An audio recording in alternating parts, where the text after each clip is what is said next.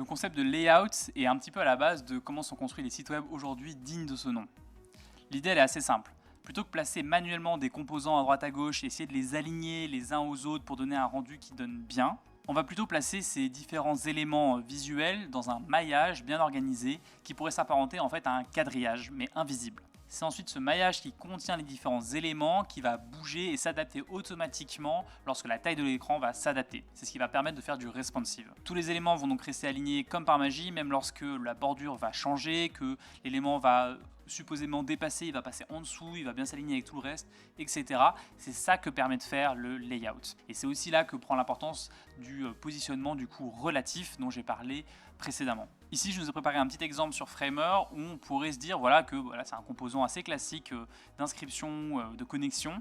Et on pourrait se dire que les différents éléments ont été voilà, un petit peu posés pour bien s'aligner. On a juste fait attention à l'alignement global. Mais non, évidemment, la manière dont ce composant a été créé, c'est justement via ce layout et ce positionnement relatif. On va le voir ici, j'ai un peu préparé des cases pour vous montrer comment est-ce qu'il est fait. Donc si je rends tout ça visible, on voit finalement que ce composant qui en apparence semble être posé comme ça, un peu comme une image, comme on ferait un montage photo, est en fait une succession de conteneurs, de contenants qui a un layout appliqué avec différents paramètres pour donner justement cette structure globale qui sera résiliente et qui restera pour autant toujours aussi bien alignée et cohérente. On voit que ce sont des boîtes dans des boîtes, c'est un peu un système de poupée russe où du coup on a la boîte principale qui contient une succession de boîtes et des fois ça peut vraiment faire énormément de boîtes mais ça permet de garder cet alignement et cette cohérence visuelle. Là je vous le montre avec des cases un peu posées à l'arrache pour vous montrer à quoi ça ressemble. Évidemment vous voyez que les boîtes sont pas très alignées, ça je l'ai fait à la main juste pour l'exemple, mais vous inquiétez pas, à la fin de cette partie-ci, on fera un cas pratique où je recréerai ce composant sous vos yeux pour vous montrer effectivement qu'il s'agit bien d'une succession de boîtes et comment il se comportera du coup quand je modifierai sa largeur. Mais donc comment se passe cette création de maillage dans Framer? Alors déjà par défaut, tout est composé du coup de ce qu'on appelle des frames, des stacks ou des grids, utilisés un peu plus rarement mais ça peut aussi être le cas. Donc déjà par défaut il y a un petit raccourci qui est sympa, c'est quand on fait F sur Framer, on crée une frame. Cette frame par défaut c'est vraiment juste un carré dans lequel il n'y a que du positionnement absolu qui est possible. Si je refais une frame par exemple, hop, voilà, ici comme ça, et que je la mets un peu plus sombre pour la voir, ici actuellement je ne peux pas lui mettre un positionnement relatif ou autre chose que absolu puisqu'il n'y a pas de layout, il n'y a pas d'organisation dans cette frame. Et d'ailleurs c'est pour ça qu'elle reste juste en carré, c'est vraiment un carré comme ça serait une image et dedans voilà j'ai effectivement un cube mais qui ne va pas être organisé. Par contre si je retourne sur cette frame et qu'ensuite sur la droite je viens ajouter un layout, comme par magie, je ne sais pas si vous avez vu, mais mon carré ici, il s'est aligné. Donc je vais le reprendre, je vais le décaler un peu. Hop, décaler un peu les accès. Et je vais recréer un layout pour ma case. Et hop, on voit qu'il s'est mis au centre. Et on voit maintenant que je peux jouer sur pas mal de petits paramètres pour le déplacer. Et il va être parfaitement aligné, ce qu'on appelle le pixel perfect, dans cet élément-là, sans même que j'aie à y toucher. Et à ce moment-là, d'ailleurs, on voit que le carré, il a changé de type de positionnement, il est passé en relatif, ce qui est vraiment le positionnement qu'on va essayer de chercher le plus possible.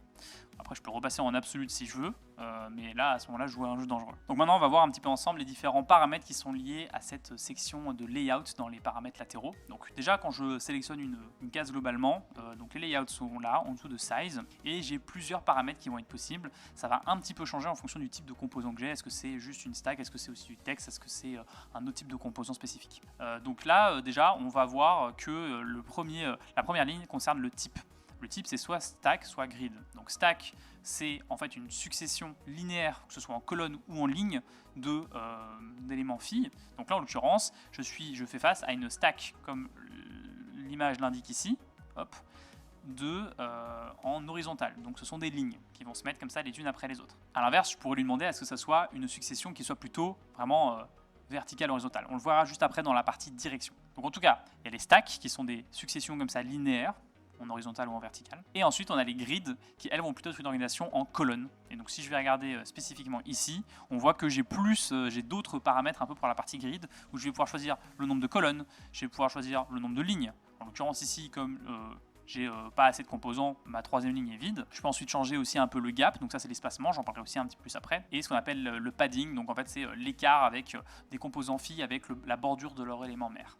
Je peux aller aussi dans la partie advanced pour voir un petit peu, toucher à des paramètres, donc je peux lui mettre des choses en auto, ou je peux lui dire voilà, ici je change, je mets en auto, mais sache que les informations sont les telles, etc. Si je repasse sur du fixed, et que je mets le minimum de mes colonnes, de mes éléments ici à 50, j'ai ensuite d'autres fonctionnalités dans le field container avec du fixed, avec du feed content, etc. Donc je peux toucher à plusieurs paramètres, en l'occurrence sur le 8, et puis aussi évidemment ici sur l'alignement de ces différents composants. Et après, une spécificité de la partie grid, c'est aussi que chaque élément phi peut avoir d'autres fonctionnalités de sizing qui sont liées au fait qu'elle est dans un layout de grid. Et donc je peux par exemple définir si mon élément ici prendra plus qu'une largeur de colonne ou une largeur de ligne. Donc par exemple ici, je voudrais bien mettre en avant ce composant de la grid, et donc je vais lui dire qu'il a un span de 3. Et hop, là, il va prendre les 3 colonnes d'un coup. Je peux aussi lui dire un span de 2, et du coup, je vais avoir une structure comme ça. Ou à l'inverse, je peux lui dire qu'il prend qu'une colonne, mais par contre, il prend les 2 lignes. Donc, il va se mettre comme ça. Et je peux lui dire évidemment les 2. Hop. Et donc, il va faire comme ça, il va être du 4 sur 4. Enfin, voilà, donc ça, c'est vraiment du sizing qui est très spécifique au fait que l'élément phi soit dans une grid. Et la grid, de manière générale, on va pouvoir lui définir les différentes colonnes ici, et son sizing à elle aussi. Ça peut être très utile pour avoir quelque chose de fait proprement et très rapidement. Et puis sinon, il y a la partie stack qui est aussi très communément utilisée. Si on revient sur la partie stack, donc, les paramètres qu'on va y trouver sont les suivants. On a la direction, donc est-ce que l'alignement de mes différents éléments phi est horizontal, donc ils se mettent les uns à côté des autres sur une ligne, ou est-ce qu'il est vertical, donc ça va être une colonne et ça va être des éléments dans cette colonne.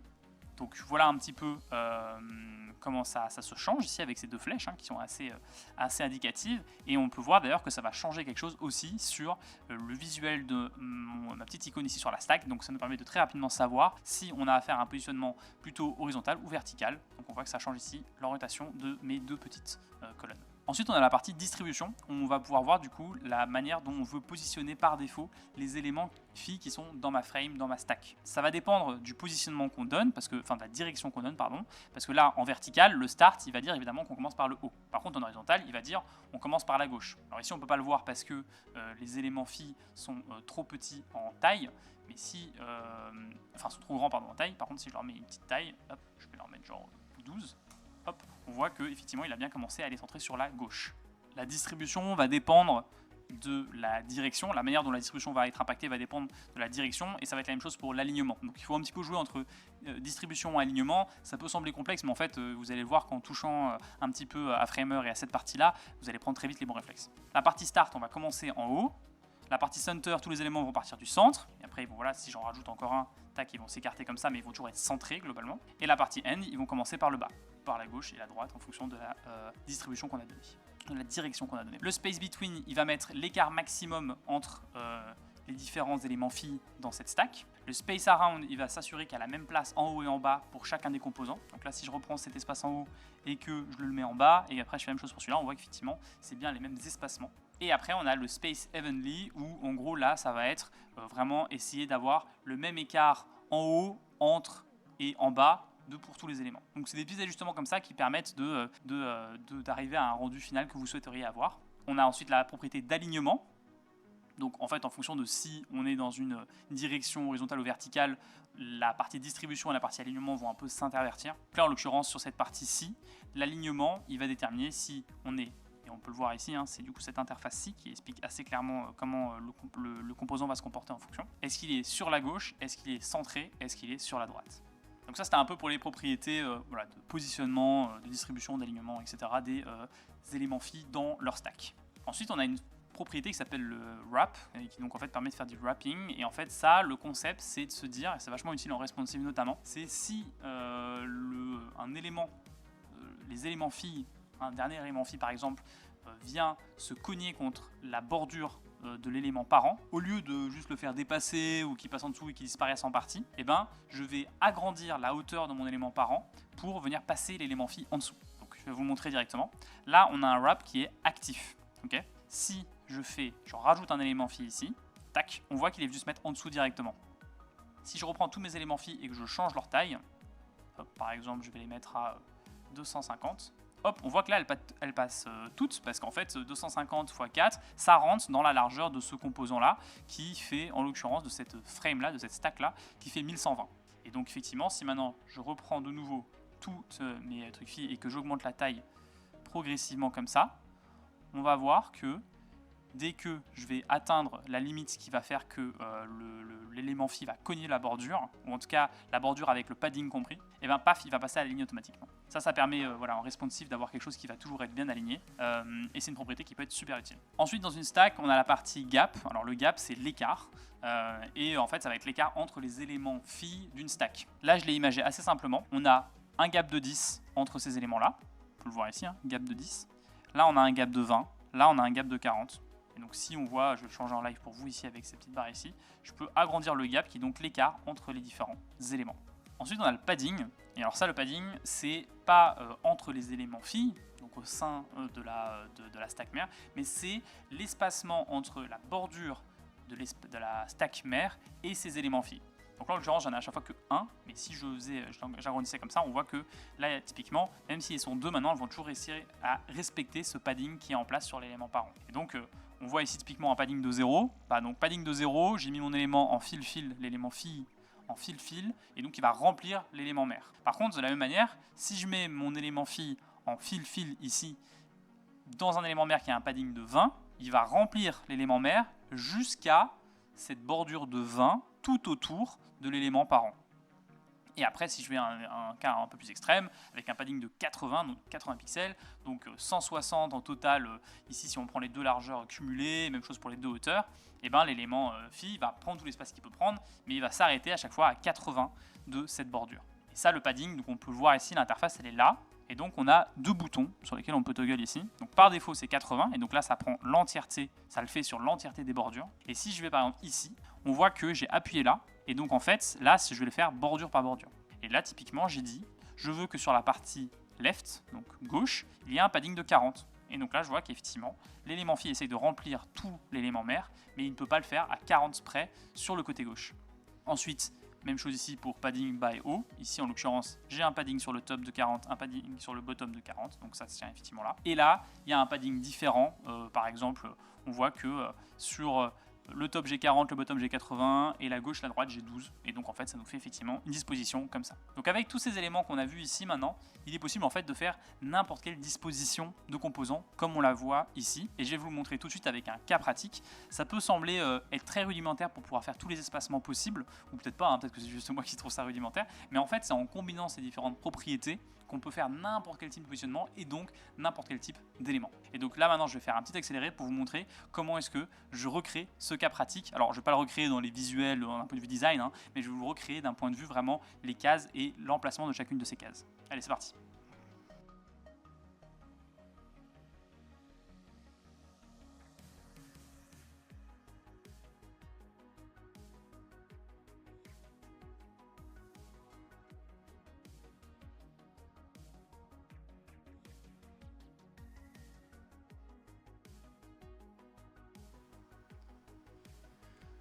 Et voilà, on se retrouve du coup avec le composant que j'ai terminé de recréer. Alors comme je vous disais, au niveau design, c'est pas du tout l'objectif ici de refaire exactement la même chose, mais on s'en rapproche. Et en fait, surtout, vous allez pouvoir pendant l'accélérer un petit peu la succession de couches. Et donc on peut voir que ce composant, en fait, la manière dont il est créé, c'est pas plein de frames qui sont glissés les unes dans les autres, mais c'est plutôt une succession de stacks. Et encore ici, c'est relativement facile, c'est relativement linéaire et déjà assez fait en colonne, disons, comme composant.